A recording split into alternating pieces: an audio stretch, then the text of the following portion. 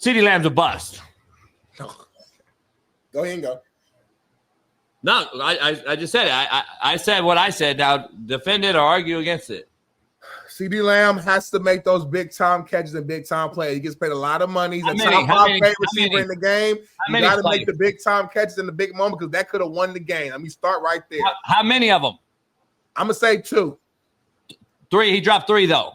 I'm going to say 2. But he dropped 3. That last throw where he had to go and fully stick and a drop. That would have been an incredible catch. But I'm not putting that on the list like, you just should have caught that. So that's where I'm at. But he dropped 2 on for sure. The one before that was right in the bucket. He's in the run. It's in the flow. Dak threw an amazing pass. Like I said earlier, Dak to me was accurate all night. Decision making was good. Was moving out the pocket, breaking tackles, avoiding sacks, and throwing very accurate balls down the field. CeeDee Lamb should have caught 2 out of the 3. The third one, listen, in the hood we say the ball hit your hands, you got to catch it. So yeah, technically he should have caught all 3. If that's what you want, boom. But I'm not giving him no flack, no pushback on that third one because that was a full extension dive where the ball was at the very tip of his finger. That's me. Regardless, though, the man was the best receiver on the football field, both teams. 7 catches. I think he had 110 yards, I want to say. That, any way you slice and dice it, if a receiver has 7 catches and 100-plus yards a game, that's an all-pro year. Probably the best receiver in the game that year. So he had a really good game. But the problem is that at the end of the day, when you don't make the biggest play of the game, when it's presented to you, that's what we're going to remember. And that's where he failed at, and he was upset on the sideline. He knows he should have made that play, and I'm not taking that away. I agree with you 100%, JB. But to go as far as say this guy's a bust, he ain't good, and this, that, and the third, stop it, bro. You're just an extremist, JB, and that's the issue I have with you. Go ahead. He is a bust. He gets paid $35 million. He's the 3rd highest paid football player at the position. So he is a bust. He's a bus rider, not a driver. He always has been. And every single year I show blatant drop balls that are game changers. So, see, the people don't understand when they talk about quarterback play and they go blaming Dak. I'm not a Dak guy, but guess what? He almost threw a pick on 3rd down, and everybody's like, oh, he threw the double coverage. You know why? Because CeeDee Lamb dropped the fucking first down ball. So the down and distance change, homie. So everybody out there, the naysayers that don't understand football will understand. He threw in a double coverage. Yeah, guess why? Because he fucking dropped the other 3 balls that would have won the game.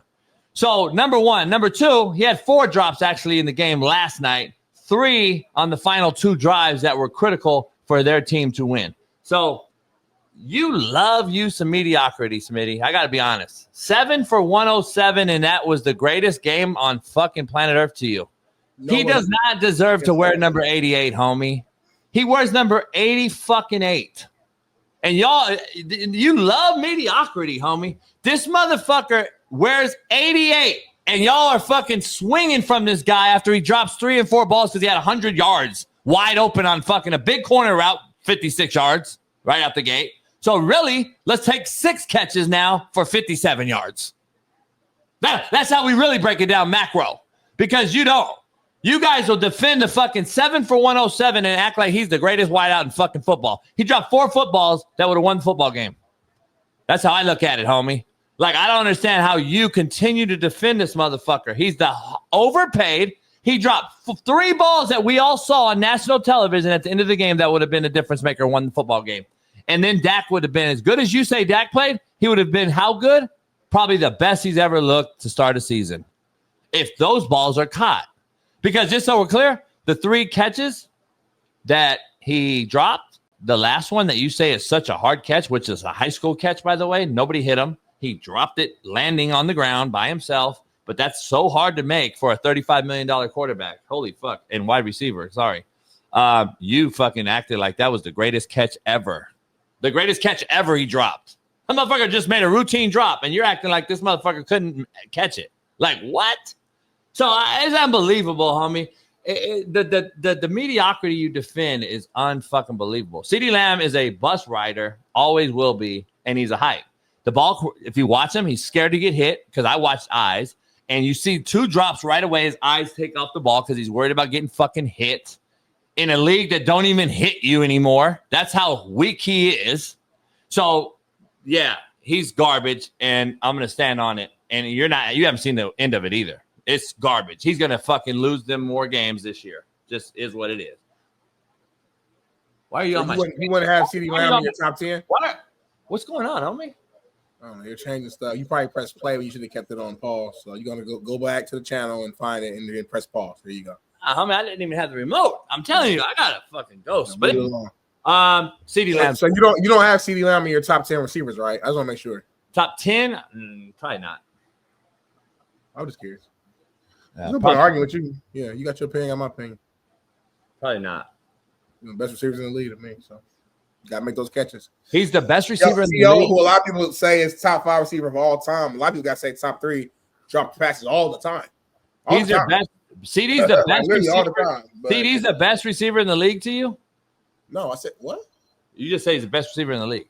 I did not. Again, it's you not listening. I said to me, he's one of the best receivers in the league. One of. Yes, one of the best 100 or you got Jamar Chase probably at the top. You got Justin Jefferson somewhere up there at the top. To me, a healthy Tyreek Hill is somewhere in that area. You got Ahmad Sayrod Brown or Ross A. Brown, whatever. I always mess his name up. And you got a lot of after those first few, was a lot of people just in a group. It's hard to really say who's better. It depends on the situation and who you like more and things like that. But CeeDee Lamb is in that group of he's argued to be top 5 in the league. And I'm sorry, I can't just discredit the entirety of the game because of those plays at the end. Again, he should have made it. That's the obvious response. How you said my response earlier about Jalen Carter was obvious. We all know who he is. The obvious response, you got to make those catches. I'm not saying you don't. You get paid all that money. Thank you. You said it right.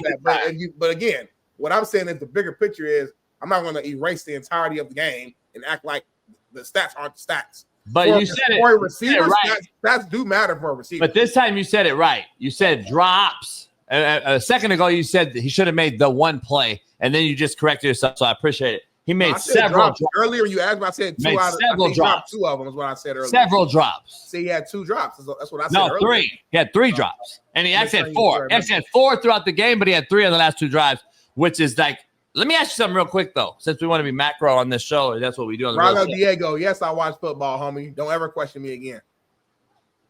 Can I ask a question? When are players that are on the legendary status at the end of the day? When you stamp your foot in the cement or in the sand and leave your print forever. Let me ask you, when are those players defined usually? Big moments. You're right. Joe Montana comes in last drive, tells everybody, hey man, that's John Candy, and makes everybody relax, and they fucking go down and win the Super Bowl.